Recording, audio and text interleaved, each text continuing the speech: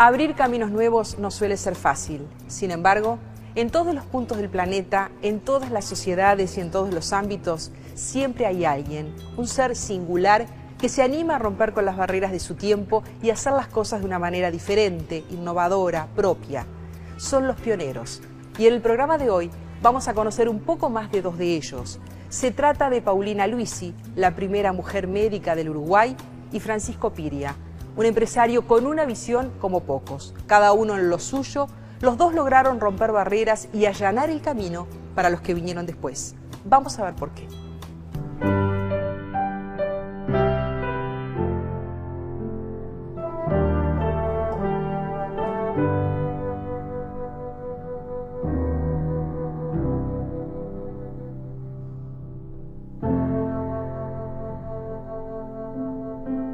Despuntar del siglo XX, una escena que aún impresiona. Una sola mujer en la morgue de la Facultad de Medicina, rodeada de compañeros varones, donde quedan plasmadas la vocación y la decisión de Paulina aún en un medio hostil.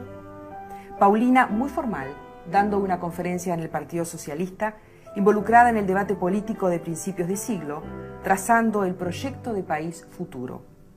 Ella en un lugar lejano, Cristiania, Noruega, en una asamblea de mujeres. Es el primer congreso feminista y Paulina está embarcada en la lucha por los derechos civiles y políticos de la mujer. Orgullosa y sonriente en París, en un curso de especialización en sífilis, derivación de la doble moral y una de sus prácticas, la prostitución que ella combate. En Montevideo, la foto ya clásica de Paulina, rodeada de las damas del Consejo Nacional de Mujeres. Todo esto fue Paulina, todo esto y mucho más, seguramente, que intentaremos indagar a partir de ahora en una conversación con la autora de esta investigación y de esta publicación, de este libro, Historias de Rebeldía, la historiadora Graciela Saprissa. Gracias por recibirnos, Graciela. De nada. ¿Es una pionera Paulina Luisi? Totalmente, y no solamente siempre se la recuesta a su lucha por los derechos civiles y políticos, y sobre todo por la conquista del voto para la mujer, pero en realidad ella tiene una multiplicidad, como lo muestra un poco lo que tú estabas leyendo, que creo que es un poco lo que queríamos rescatar, y que además yo insisto muchas veces en que es una personalidad destacada dentro del elenco de políticos y ciudadanos del país, del Uruguay, en comienzos de siglo. Ella participa también como delegada del Uruguay varias veces en la Sociedad de Naciones, es decir, lo que serían las Naciones Unidas previo a la Segunda Guerra Mundial.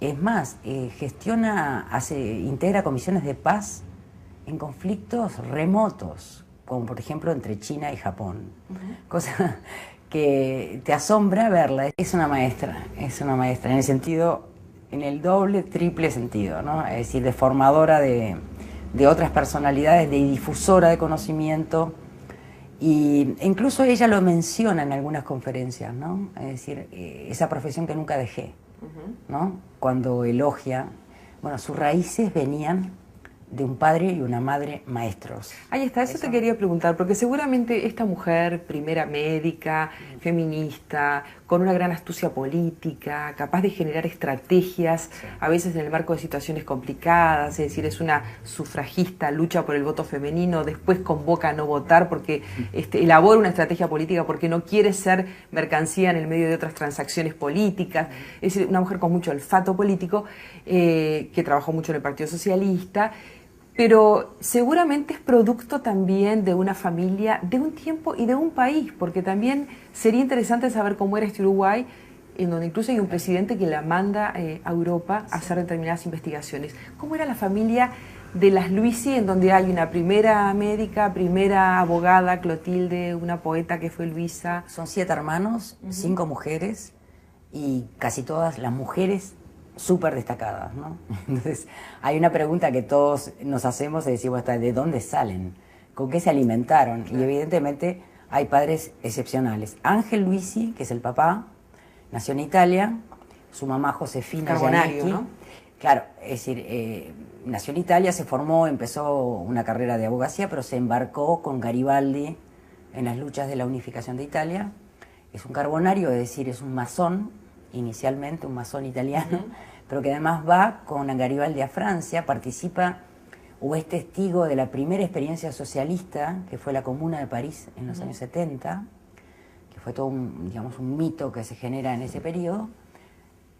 Yo a veces lo he dicho, ¿no? Así ellos fueron alimentados por un padre héroe de las luchas más románticas de fines del siglo XIX. Paulina nació en 1875 en Entre Ríos, Argentina, pero a los pocos años su familia se trasladó a Paysandú, donde sus padres fundaron una escuela y continuaron con su moderno proyecto educativo.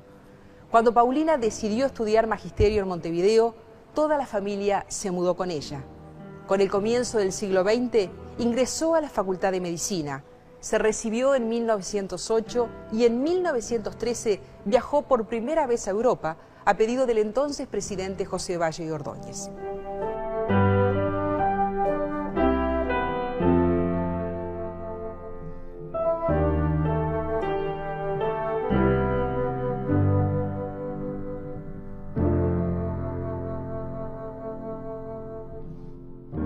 Graciela, hubo vínculo Valle-Paulina, ¿no? Sí, en el año 13, pocos años después, ella es enviada a Francia para estudiar justamente el combate, el higiene social se llamaba en ese periodo. Es decir, no era solamente el tema de la sífilis, sino también los dos flagelos de ese periodo, que eran la sífilis por un lado, pero la tuberculosis. Es decir, la sífilis por lo que decíamos, la doble moral, es decir, el inicio de los jóvenes, de los adolescentes varones en el prostíbulo y el mantener la castidad de las mujeres de buena familia, las que se iban a casar con esos jóvenes, cada vez además con una prolongación de la edad de matrimonio, que ya no se hacía a la adolescencia, etcétera, ¿no? Entonces, además hay una proliferación del prostíbulo en estos años, fines del siglo XIX, comienzo del XX, en parte, bueno, por la masiva inmigración, por la disparidad de sexos, es decir, hay un índice de masculinidad muy alto, claro. Y las grandes ciudades portuarias como Buenos Aires, Rosario, Montevideo, se llenaron de prostíbulos y sobre todo se dio el fenómeno de la trata, de lo que se llamaba la trata de blancas, ¿no? Es decir, el comercio de mujeres engañadas que venían a los prostíbulos. Con el paso del tiempo, la faceta feminista de Paulina fue tiñendo las otras, la de médica, la de política. El primer paso lo da en 1916, al fundar el Consejo Nacional de Mujeres. Ya desde tiendas socialistas, la igualdad de oportunidades laborales y la conquista del sufragio femenino fueron dos de sus grandes obsesiones.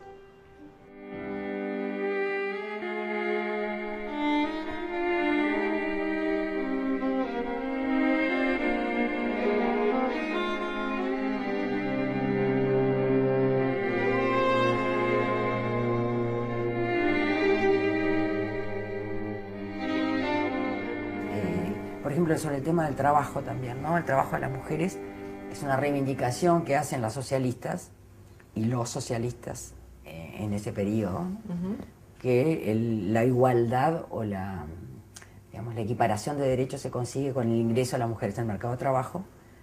Y Paulina participa tempranamente también en los reconocimientos. Paulina va, cuando se forma la OIT, la Organización Internacional del Trabajo, años 18, 19, va a Washington a participar de una conferencia sobre el trabajo femenino. Y a contrapelo de todos, Paulina defiende que no se proteja demasiado el trabajo de las mujeres. ¿Por qué? Es una discusión absolutamente de los años 80, 90, actuales. Vigente. ¿No? Es decir, ¿por qué? Porque la sobreprotección, y ella lo dice, la sobreprotección del trabajo de las mujeres hace que los patrones no las contraten. Entonces lo que se quiere es un boomerang, ¿no? Ella lo explica con esas palabras. Entonces te encontrás muchas veces en sus escritos una actualidad de debates que la aproximan mucho a, bueno, eso de ser pionera, innovadora y muy creativa en su pensamiento, ¿no? Muy independiente.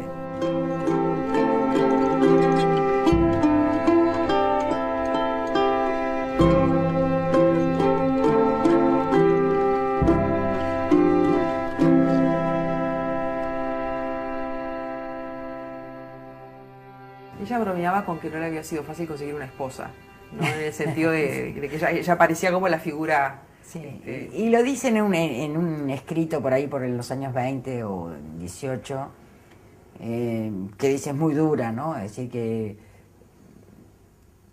las mujeres, es decir, tienen un proyecto de casarse, como realizarse a través de el marido, convertirse en un ser que no tiene voluntad, que no tiene opinión propia, digamos, que ella no está dispuesta a hacer eso. Y lo mismo pasa que después de haber luchado por el sufragio y por los derechos civiles,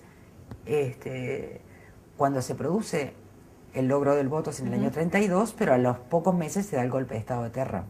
Marzo del 33, claro. Claro, marzo del 33, Gabriel Terra da el golpe de Estado. Y en el año 38 se da la transición de esa dictadura de Terra al gobierno democrático que va a ser elegido, que además hay dos candidatos, los dos son parientes de Terra, es decir, y los principistas de los dos partidos principales, de los blancos y los colorados, los principistas, digamos los más republicanos, defensores de los derechos ciudadanos, se pronuncian en contra de esas elecciones y convocan a no votar. Y Paulina está dentro de las primeras filas de los principistas. Entonces ella, ahí se ven en el dilema. Si la primera vez que las mujeres votan, pero a su vez, en una entrevista en El Mundo Uruguayo, que era una revista de mucha difusión, ella dice, no vayan a votar, van a ser convocadas como ovejas de un rebaño, ¿no? Si bien fuerte la imagen. Yo digo, como que también son las paradojas, de alguna forma, de una líder feminista, una líder sufragista, que en el momento que por primera vez se vota, dice no voten.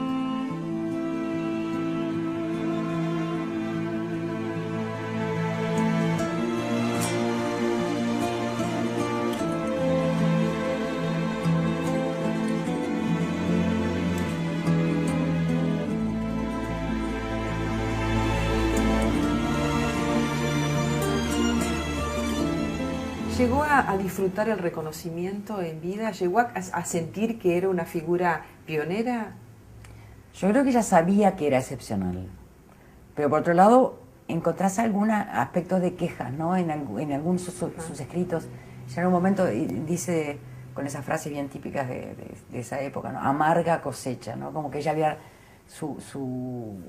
recogido una cosecha amarga, ¿no? En el momento dice que, claro, cuando ve que aparecen todas las camadas nuevas de mujeres políticas, sobre todo yo creo que a ella le queda muy marcado el hecho de que algunas feministas se salieron de las primeras, digamos, se salieron de lo que ella pensaba que tenía que ser el feminismo, es decir, el feminismo. Ella consideraba que digamos, que el feminismo debería conservarse apolítico, digamos, apolítico en el sentido apartidario. Y muchas de las mujeres que primero acompañan a Paulina son mujeres del Partido Colorado. El vallismo era un aliado natural de las feministas y muchas fueron de alguna forma absorbidas, podríamos decir, no, la palabra cooptadas es muy fuerte de repente, ¿no? Pero fueron absorbidas por esa correntada. Paulina no quería saber nada de eso. Y me parece que para Paulina eso haber sido un dolor muy fuerte cuando ella trató justamente de que las luchas feministas fueran un equilibrio y lograr la autonomía también en esa negociación que estaban haciendo, ¿no? Paulina Luisi falleció un día emblemático para el Uruguay, el 16 de julio de 1950, el día del Maracanazo. Mientras los montevideanos se volcaron de forma masiva a la avenida 18 de julio, su funeral y su entierro pasaron completamente inadvertidos.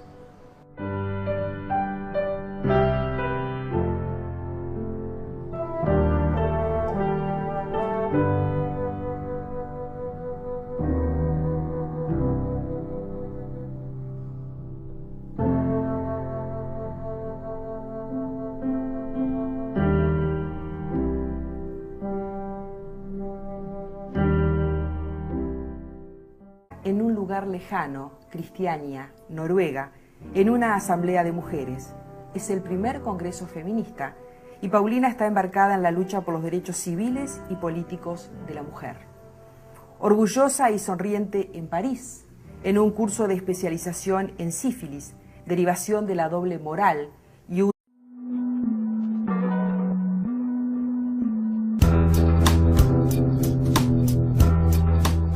Abrir caminos nuevos no suele ser fácil. Sin embargo, En todos los puntos del planeta, en todas las sociedades y en todos los ámbitos, siempre hay alguien, un ser singular, que se anima a romper con las barreras de su tiempo y hacer las cosas de una manera diferente.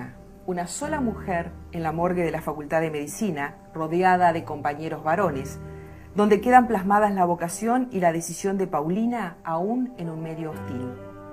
Paulina, muy formal, dando una conferencia en el Partido Socialista, involucrada en el debate político de principios de siglo, trazando el proyecto de país futuro. Ella...